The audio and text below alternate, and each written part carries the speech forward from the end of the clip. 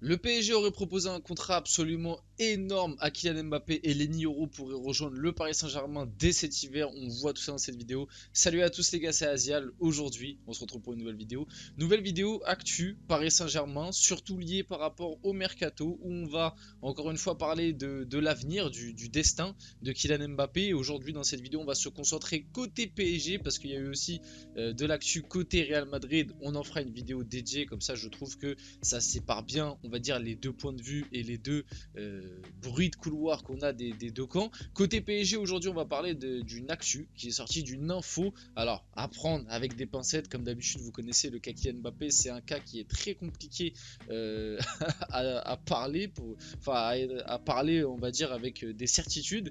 Et on va parler d'une info comme quoi Kylian Mbappé aurait reçu une offre de contrat absolument exceptionnelle, pharaonique, j'ai envie de dire, de la part du PSG. On pourra y réagir et on va parler aussi de l'avenue de Lenny Yoro, mais pas que, on va le voir un petit peu plus globalement du mercato parisien. Donc bien évidemment, avant que la vidéo commence, n'hésitez pas à la liker, à commenter, à partager et à vous abonner, ça fait toujours plaisir et ça aide énormément pour le développement de la chaîne. Et puis on peut y aller dès maintenant. Commençons par le Kicks. Alors Stéphane Guy, c'est pour ça que je vous ai dit attention à la véracité de l'info. Ça reste quand même, on va dire, RMC, même si c'est pas RMC spécialement qui a sorti l'info. Mais bon, on peut s'imaginer que via des bruits de couloir et tout, c'est quelque chose, on va dire, de réalisable. Mais c'est pas une info fiable, c'est pas quelque chose, on va dire, de notifiable qu'il y a eu de la part de plusieurs sources qui d'habitude ont on va dire des infos plutôt sûres sur le PSG. Voilà, ça reste que de la spéculation, mais d'après Stéphane Guy, le PSG aurait offert 400 millions à Kylian Mbappé sur 4 ans pour le prolonger. Je confirme que si c'est un choix d'argent, ce qui est assumé par sa mère, Paris n'a aucun rival, donc 400 millions d'euros sur 4 ans, et ce serait juste pour le salaire, sachant qu'à l'heure actuelle, Kylian Mbappé est à 70 millions par an. Si il y a cette nouvelle offre de contrat qui venait avec du coup les infos sorties qui venaient à être signées, Kylian Mbappé toucherait 100 millions en salaire, juste en salaire, sans compter les primes, etc. 100 millions en salaire par an, ce qui est absolument exceptionnel. Déjà que à l'heure actuelle, comme je vous l'ai dit, il a 70 millions par an et c'est déjà le contrat le plus gros en termes salarial qu'un footballeur ait eu, enfin on va dire en Europe, parce que maintenant il y a l'Arabie Saoudite qui a tout éclaté, mais voilà, Mbappé, je crois que ça se jouait à quelque chose près avec Léo Messi, parce que Léo Messi du côté du Barça, il était aussi autour des 60-70 millions par an de salaire. Après avec les primes et tout, ça peut changer, mais en gros Mbappé avait déjà ce qui se faisait de mieux dans l'histoire du foot, limite en Europe, et là tu passerais à 100 millions par an. Ah oui, et moi je vais me répéter, pour l'instant, vite fait, si je dois redonner mon avis sur la situation, Mbappé, je pense que pour le moment, c'est impossible de savoir ce qu'il va faire. Là où en 2022, moi je pensais qu'il allait partir, au final il est resté. Pour l'instant, je pense que c'est du 50-50. Voilà, il y a des infos qui se contredisent, qui n'arrêtent pas de sortir. Son entourage a démenti comme quoi il y avait un accord au Real. Il y a des infos qui disent qu'il y a un accord au Real. Il y a des infos qui disent que finalement, avec le PSG, ça se passe bien. Il y a des discussions. Voilà, on entend un petit peu tout. Moi je pense que c'est du 50-50. Je pense que personne détient la vérité là-dessus. Maintenant, si on part du principe que cette info, on va dire, est vraie et que le PSG propose vraiment 400 millions sur 4 ans, donc 100 millions par an juste de salaire, on marche un peu sur la tête, les gars. On marche un peu sur la tête. Alors oui, le PSG veut tout faire pour prolonger Kylian Mbappé. Oui, sportivement, à l'heure actuelle, Kylian Mbappé est le meilleur joueur du PSG de loin, je vais pas mentir, et sûrement même le ou l'un des meilleurs joueurs du monde. En tout cas, il est top 3, top 5 facile à l'heure actuelle dans le monde. C'est ce qui se fait de mieux en Europe. Mais au bout d'un moment, tu restes un club. Et pour l'aspect club, pour moi, pour on va dire ta crédibilité, pour même l'autorité que tu veux mettre, le fameux nouveau projet que tu veux mettre en place, offrir autant d'argent et autant de pouvoir par la même occasion, parce que même si c'est pas écrit, un mec qui touche 100 millions par an dans un club, il a un pouvoir absolument immense. C'est limite un mec que tu ne peux pas sanctionner, c'est un mec que tu ne peux pas toucher, c'est un mec qui est imbougeable, de toute façon, Luis Enrique en avait parlé il y a pas longtemps, mais Mbappé, en gros, de toute façon, s'il veut jouer, il joue. En fait, c'est limite ça, et c'est déjà ça à l'heure actuelle. Alors là, en plus, si tu le confortes augmentant son salaire drastiquement, c'est-à-dire qu'on passe pas de 70 à 80 millions, ce qui serait déjà une grosse augmentation. Non, non, là on passe de 70 à 100 millions, c'est absolument énorme. 100 millions de salaire par an, je sais même pas qui derrière lui à l'heure actuelle. Déjà que là, avec 70 millions, c'est de loin le plus gros salaire en Europe. Je sais même pas qui.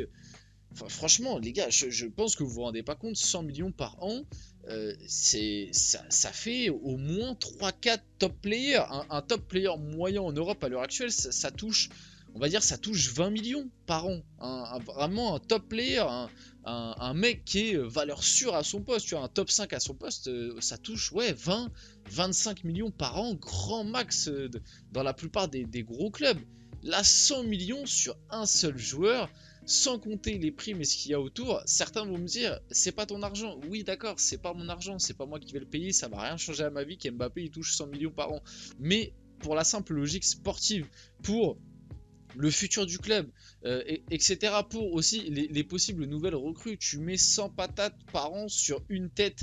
Ça veut dire qu'autour, tu ne peux pas construire quelque chose d'équilibré. Tu ne peux pas construire une équipe de top players à peu près tous les postes parce que tu as un mec qui te gangrène ton budget salarial et même, on va dire, ton budget mercato parce que les primes, bah, faut bien les payer aussi. Ça t'enlève du budget mercato. Tu as un mec qui te gangrène tout ton budget.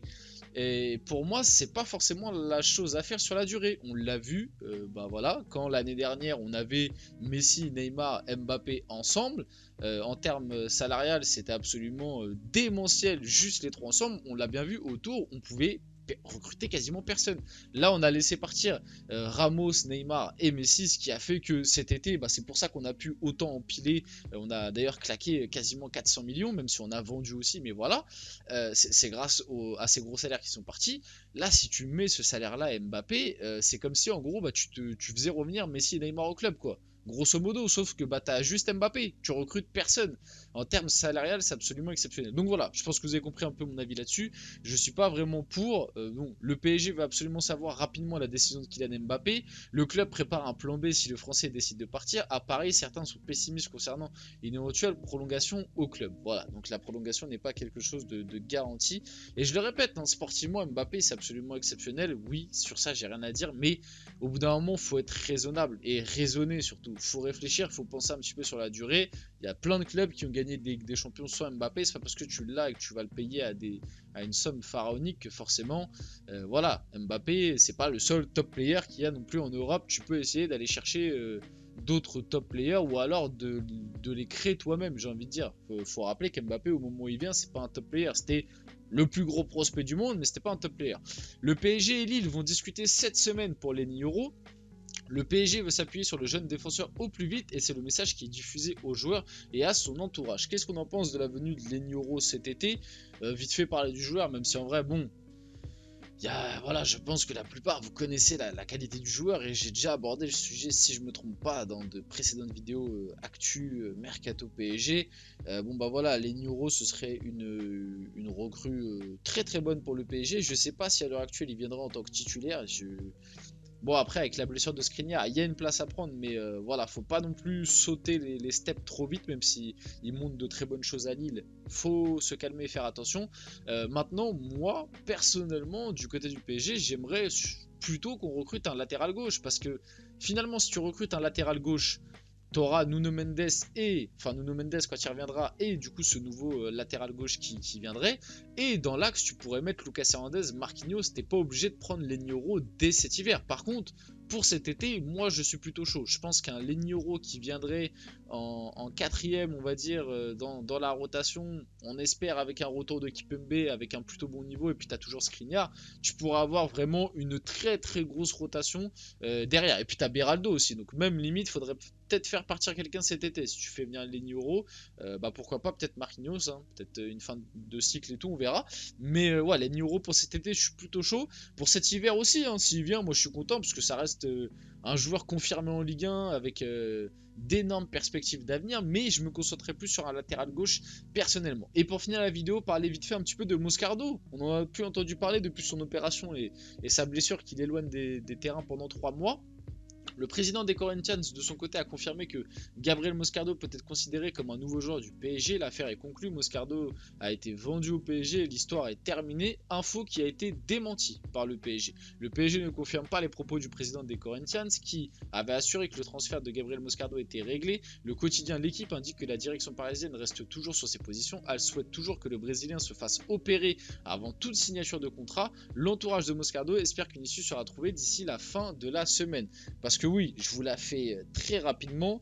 Moscardo devait signer, on lui a détecté une blessure qui l'éloigne des terrains sur 3 mois, il faut qu'il se fasse opérer et le PSG ne veut pas signer un joueur blessé et donc attend que l'opération se fasse bien, que le joueur se rétablisse bien avant de signer quelque chose qui ne plaît pas du côté des Corinthians. Donc à voir comment va évoluer cette histoire. En tout cas, on arrive sur la fin de la vidéo, j'espère qu'elle vous a plu. Si c'est le cas, n'hésitez pas à la liker, à commenter, à partager, à vous abonner. Les gars, c'était Azial et on se retrouve très rapidement pour une prochaine vidéo.